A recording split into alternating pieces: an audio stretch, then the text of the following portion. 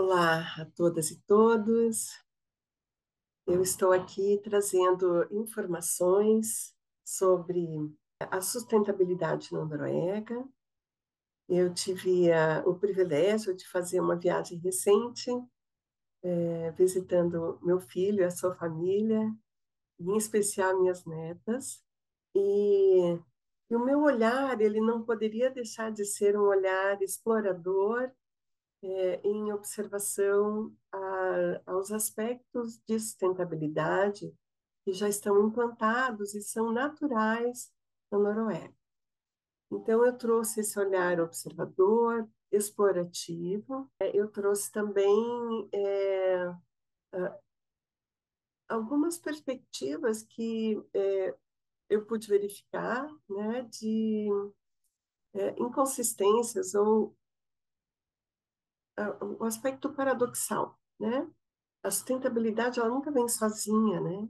A gente vai ter que sempre fazer um recorte e entender o que que nós vamos estar olhando. Então, a gente tem que trazer o recorte. E foi o que eu procurei fazer. Então, na verdade, vai ser um exercício gostoso e uma conversa, trazendo um pouquinho da minha experiência de passar por lá 32 dias. E trazer uma sequência que é só uma sequência que nos ajuda a olhar juntos e é uma produção independente, é feita por mim mesma. Então, aqui está o elemento motivador. O meu filho foi estudar o pós-doc dele no NINA, que é o Instituto Norueguês de Pesquisas da Natureza, e o foco da pesquisa dele é as renas. E, então, o que que as renas têm a ver comigo e conosco, né? Eu trouxe elas bem como um elemento norteador, mais para trazer um ponto de observação sobre a natureza e o selvagem, que foi o que acabou norteando o meu olhar. Então, junto com as renas, nós temos a, a comunidade Sami, que são é o povo tradicional, étnico, local, o próprio Nina, um pouco dessa observação, e a observação também da tecnologia e o design que a gente pode ver ali. E o ecodesign, como que a gente vê aquilo instalado. A questão da natureza e a modernidade, o uso dos recursos, enfim, eu trouxe algumas reflexões para nós. Então, aqui está a casinha do meu filho, a casinha das minhas netinhas, Bernardo e Dani, e Gal e Lola, que são as minhas netas. Então, a gente pode ver aqui uma casinha já com um telhado verde, uma árvore surgindo ali em cima. A árvore de Natal deles foi tirada do telhado deles por causa das sementes, né, que se instalam no próprio telhado. E aqui vocês também vão poder ver a temperatura. Eu cheguei lá, eu cheguei em Oslo a 11 graus, lá onde nós estávamos, em Trondheim, 17 graus negativos. Então, Trondheim negativo, aqui também.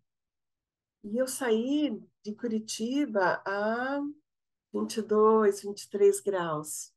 Ou seja, no verão, eu peguei esse inverno bem intenso por lá.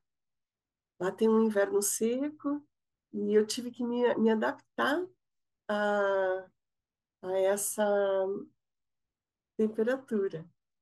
São várias camadas de roupas e tem toda uma tecnologia para que a gente esteja confortáveis e, e não sofra com frio, né? Eu levei alguns dias para me adaptar, mas eu acabei gostando. Na hora que a gente entende a dinâmica do frio e as roupas feitas com lã de merino por baixo, depois uma blusa, depois um blusão forte também com lã, tudo tem que ser lã de verdade, não, a lã acrílica não dá certo. Então tem toda uma tecnologia, né, nesse sentido. E depois casacos, capotes que fazem essa separação com o ambiente e nos mantém com calor. É bem interessante, é uma experiência, assim. Primeiro tem que ir se adaptando, né?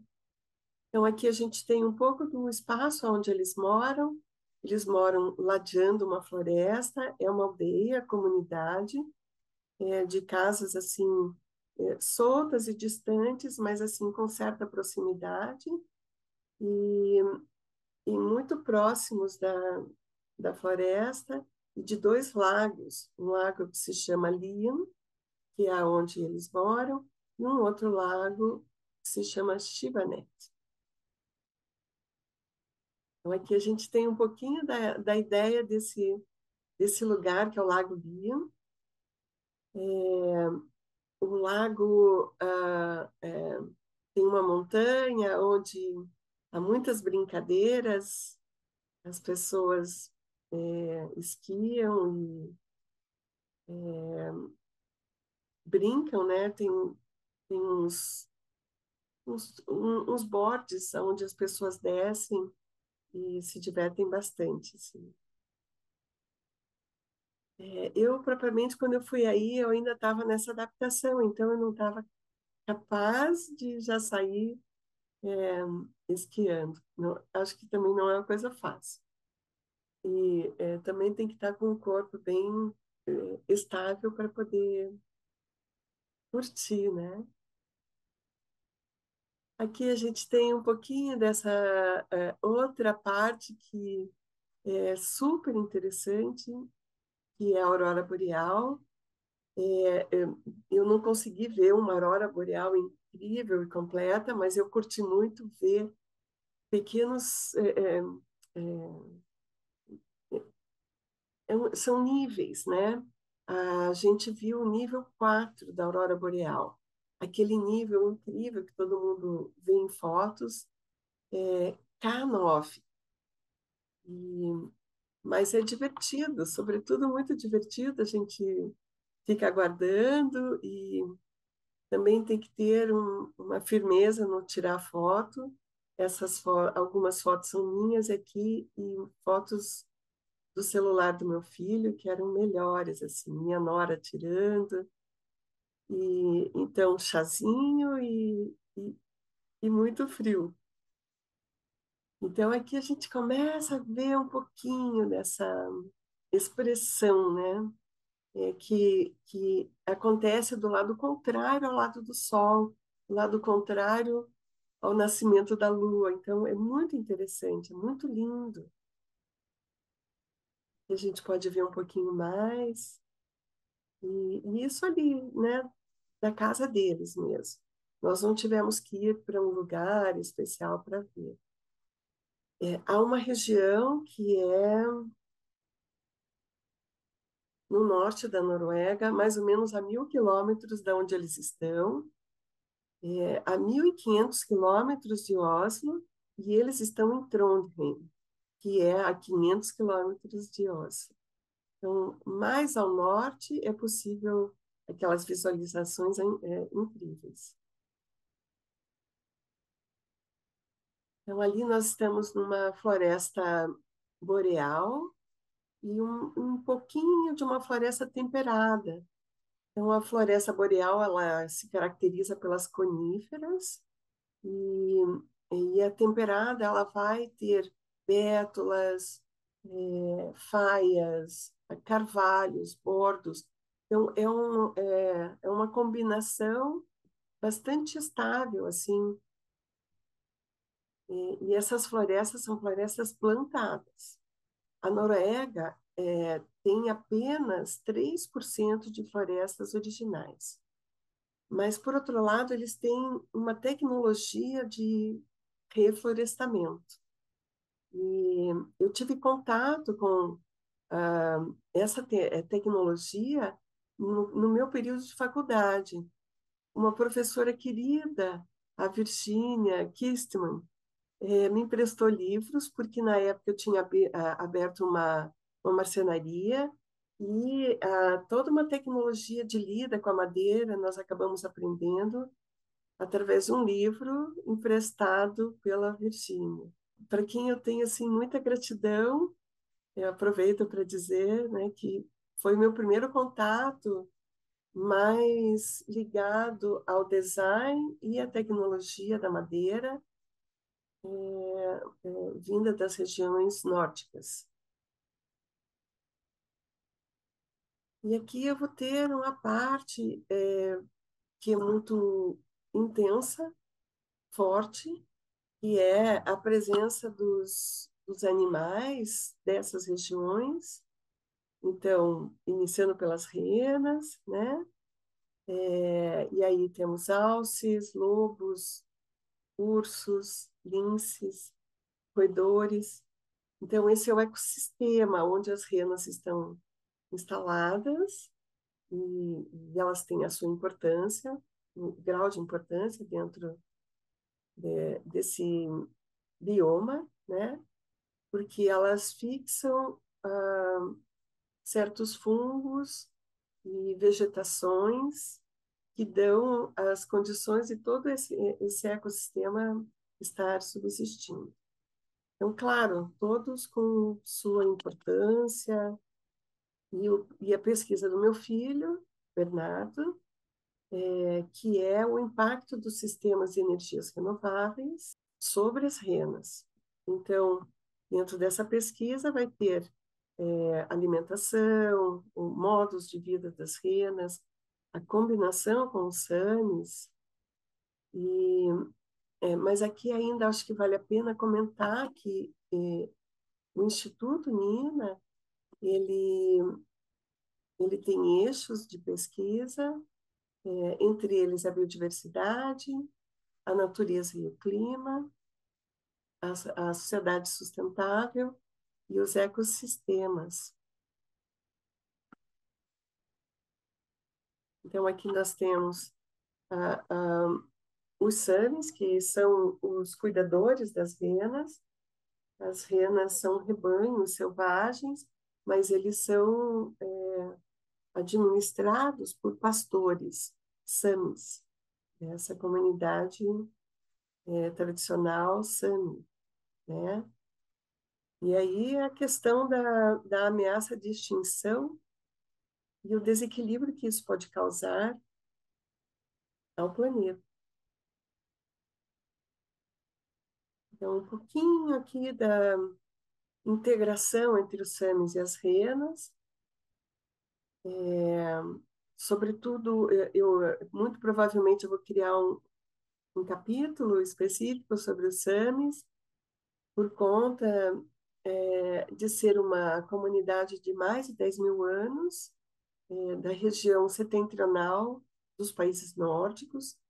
Então, os Samis estão na Noruega, na Suécia, Finlândia e Rússia. Também eles são chamados de Lapões, a região da Lapônia. E eles já estiveram muito próximo de ser extintos, o que fez com que os países dessa região criassem uma forma de cuidar dessa população. Então, durante 100 anos, de 1850 a 1950, houveram leis para proteger a existência. E a população voltou a ser uma população entre 80 e 100 mil pessoas. Então, isso é algo importante, né? Aqui a gente tem um pouco da estética deles, e essa estética ligada à região e aos materiais. lãs, os couros de rena, de bicho, lãs de merino, ou seja, eles têm toda uma necessidade e uma coemergência em combinação com essa floresta e esses animais. É uma sustentação. É importante a gente ver que a sustentabilidade ela tem a ver com um recorte, com uma região. Então, nós vamos precisar compreender as necessidades de uma certa região para perceber a, a importância da subsistência junto com animais para a preservação assim do conjunto, não só de populações de fauna, mas também de pessoas e de fauna. Senão a região já estaria desértica. E aqui um pouquinho do Instituto, né, NINA, Norsk Institute for Naturforskning. Não sei falar direito. Já sei que eu vou ter que aprender um pouco mais de norueguês, porque minhas netas estão falando fluentemente. Meu filho, minha nora fala já muito bem. E convivendo lá, eu não tive nenhuma dificuldade, porque as pessoas falam bem inglês, mas eu me senti muito curiosa no aprendizado dessa língua. Vou ficar. Eu sinto também essa necessidade de aprofundar, uma vez que meu filho hoje é pesquisador lá. Então, pode ser que eu volte mais vezes, e eu me interesso. Então, quem quiser acessar o Nina, pode acessar www.nina.no.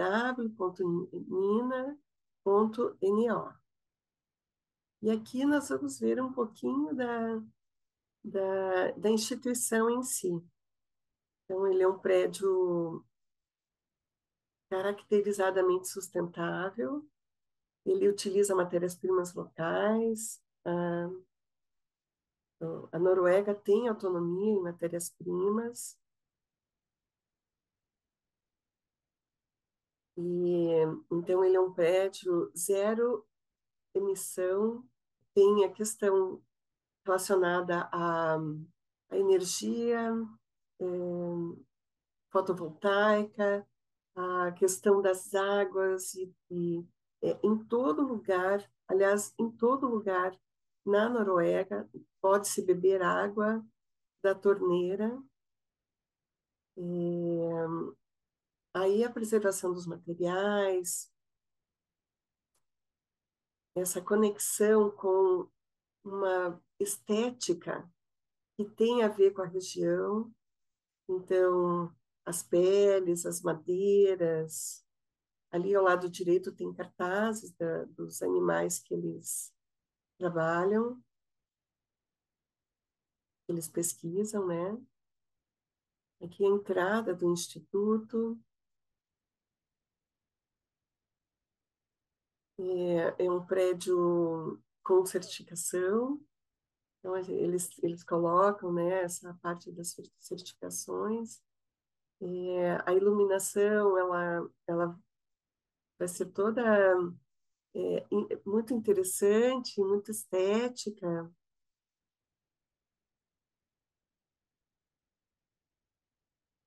Aqui foi uma das vezes que eu cheguei e tinha um chocolatinho. Eles têm, assim, essas queridices. Então, são mimos, né? E tem toda uma questão de segurança. Então, eu fui apresentada, eu cheguei, eu tinha um crachá, eu tinha que mostrar que eu tinha entrado. Aí tem toda uma questão muito tecnológica e importante. Afinal de contas, é um instituto de pesquisa, né? Então, entrando para dentro, aqui tem um ambiente que separa departamentos diferentes em cada um dos lados. Eu fui dirigida para uma sala, para poder trabalhar nessa sala, que é uma sala de reuniões, no terceiro andar. E aqui esses móveis são designers famosos, móveis premiados, tanto nacionalmente quanto o IF Design. Esse é o sofá Hugo, da Norway 6. Os designers Andersen, Ingves e Fune. Então, aqui a gente vai sentindo, né, essa presença do design, da estética, da funcionalidade, da tecnologia, dos elementos simbólicos. A madeira sempre muito presente. Aqui um relógio Alce. E ali fora a gente está podendo ver pela janela, né, a neve, a tecnologia nas esquadrias, a iluminação toda fotovoltaica, onde a gente vai passando, vai acendendo, quando escurece, acende,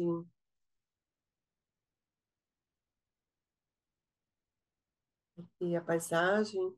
E aqui já é no andar do meu filho, o grupo que estuda animais com cascos, com patas de cascos, são as renas e alces, aí toda essa população ligada a, aos cascos.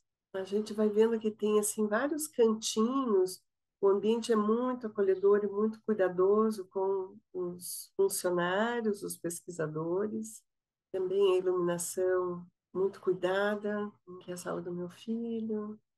Então a gente vai vendo assim, sentindo, né, madeira, materiais, os pelegos, são as peles, e as pessoas realmente usam porque tem necessidade. O ambiente aqui é 22, 24 graus. Aqui é um outro andar, muda a cor, muda também a pesquisa dos animais, área de peixes e aves costeiras. Aqui mais um andar. Aqui é o ambiente do restaurante, como um RU para nós, um restaurante universitário, mas muito cuidado, muita madeira, cadeiras do Armin Jacobsen, que é um arquiteto e designer local, e um valor acessível, alimentação muito cuidada, feita com menu feito com chefe, muito poucas pessoas trabalhando, muita tecnologia no asseamento, na limpeza, muita, tudo com 60 graus, máquinas fazendo tudo, poucos funcionários.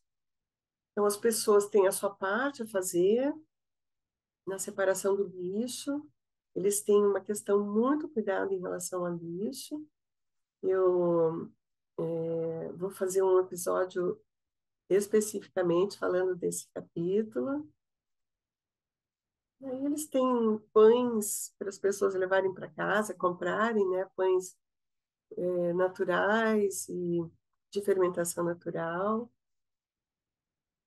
Aqui um pouquinho, quando se sai do instituto, a gente vê que qualquer gotinha de água congela. Então, tem painéis assim, daí a gente vê a visualização dos painéis através da neve. Aqui é a universidade, NTNU, né? Universidade Tecnológica da Noruega, de Trondheim, aonde fica, inclusive, o NINA, ele fica dentro desse complexo da universidade, mas ele é um instituto independente. Aqui eu vi essa maquete, é um laboratório de engenharia e arquitetura, e uma maquete belíssima, mas num horário que era 18h30, 19 horas, e a universidade já está vazia. A universidade e o Nina trabalham até às 14, 16 horas, das 9 às 16. E isso é interessante, porque em toda a Noruega a gente vai ver horários de fábricas e institutos que são muito diferentes dos nossos horários. Eles trabalham menos horas lá e são bem remunerados. Mas por conta disso, mais pessoas podem trabalhar.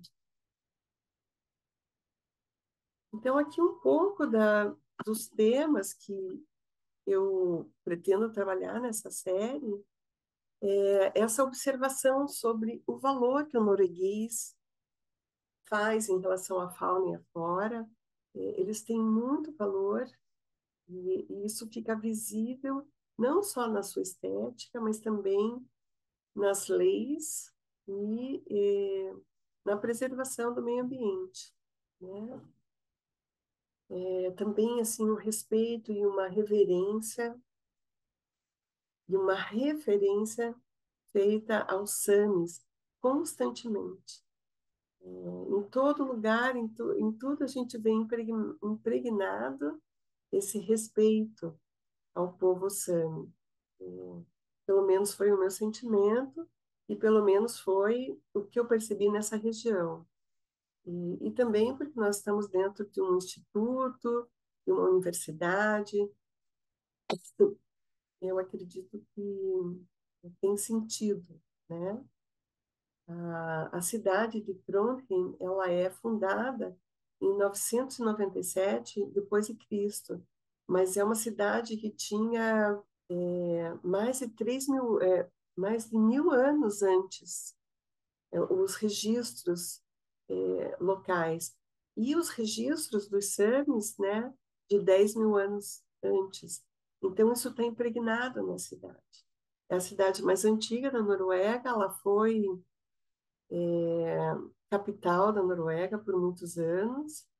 E então eu vou fazer um capítulozinho depois contando bastante sobre eles, suas construções e a questão da sustentabilidade das construções. Então, uma das coisas que me questionou foi a questão da tecnologia. A tecnologia, ela é muito visível, né? Nas casas das pessoas, muito para garantir a conservação e o calor, né? Todo mundo tem acesso à tecnologia. E as pessoas têm mais tempo para si, tempo para a família. Eu achei interessante isso. Todo mundo tem máquina de lavar, todo mundo tem assim os objetos muito avançados, né, modernos, e ao mesmo tempo tem mais tempo para si e para um bem-estar, digamos. Não é essa correria louca que a gente vê por aqui. Então, isso foi um toque bem interessante que eu percebi, pude perceber. Nisso, a gente vê também que a tecnologia ela não é necessariamente maligna. E quando a gente trata assuntos da sustentabilidade e design, a gente pode trazer a tecnologia a nosso favor, a favor do ser humano. Mas também a gente vai ver o impacto que isso gera na natureza. Então, tem linhas distintas quando a gente olha a sustentabilidade, mas na perspectiva slow, a gente vai observar esse equilíbrio, né, entre ser slow e usar o recurso e a natureza a nosso favor, respeitando a natureza. Então, por isso que eu estou caracterizando dentro da perspectiva slow. Ao mesmo tempo que sustentabilidade não é ser selvagem. Então, isso é interessante, assim, a gente poder verificar. Meu filho, minha nora escolheram um lugar muito lindo para morar, muito próximo da natureza, da floresta, e inclusive dos animais. Nos dias que eu estava lá, logo nos primeiros dias, tinha uma mãe alce, uma alce fêmea com um bebê alce, e aí vizinhos avisando para a gente tomar cuidado quando estivesse andando na floresta com as crianças, e, e eu achei isso interessante pela proximidade, né? Também eles têm cervos, é, raposa, eles têm animais próximos. E uma das pesquisas que eles fazem, que eu tomei contato, é dos lobos, e a população sendo perguntada sobre a proximidade dos lobos ou não das cidades. Então, isso me deixou assim bem interessada. Eu fiquei muito curiosa e muito conectada com os animais selvagens e a sua proximidade. E, inclusive, de ver que a população está sendo esclarecida sempre sobre a importância do ecossistema equilibrado. Então, isso eu achei muito bonito. Eu vou trazer um capítulo especial aí sobre os lobos e essa questão, né, da cultura local, a observação da cultura local, muitos elementos que nós vamos trazer nos próximos episódios. E aí fica essa pergunta, né? Como que nós estamos no Brasil valorizando aquilo que é selvagem, que é local, e como que a gente vê isso expresso no nosso ambiente, em casa, nos lugares onde a gente vai. Como que está essa correlação da nossa cultura e do respeito à natureza? Entendendo que o respeito à natureza não é não usar a natureza, né? E sim a gente criar uma relação de equilíbrio. Então, qual que é essa dose? Nós vamos conversar sobre isso, né? Aqui nós temos essa imagem de uma exposição que eu fui e fiquei muito honrada. É uma exposição de mulheres. O ecofeminismo é muito forte na região, então eu trouxe também algumas coisas para a gente conversar sobre isso. E aqui tem uma obra de uma mulher reverenciando aos alces, a cultura Sami e as construções, né, essas cabanas típicas de lá, feitas com a madeira de Bjork, que é a bétula. Então, inclusive daí nos questionando sobre o ser sustentável e o veganismo.